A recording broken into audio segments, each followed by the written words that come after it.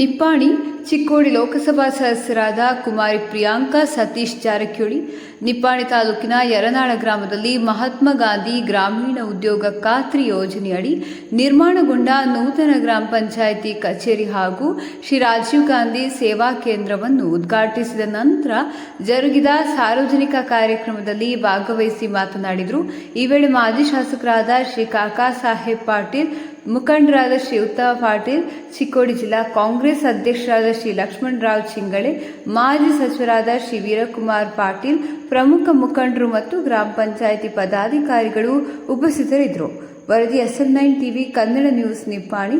Pradhan ಸಂಪಾದಕರು Shantinath G ಮಗದು.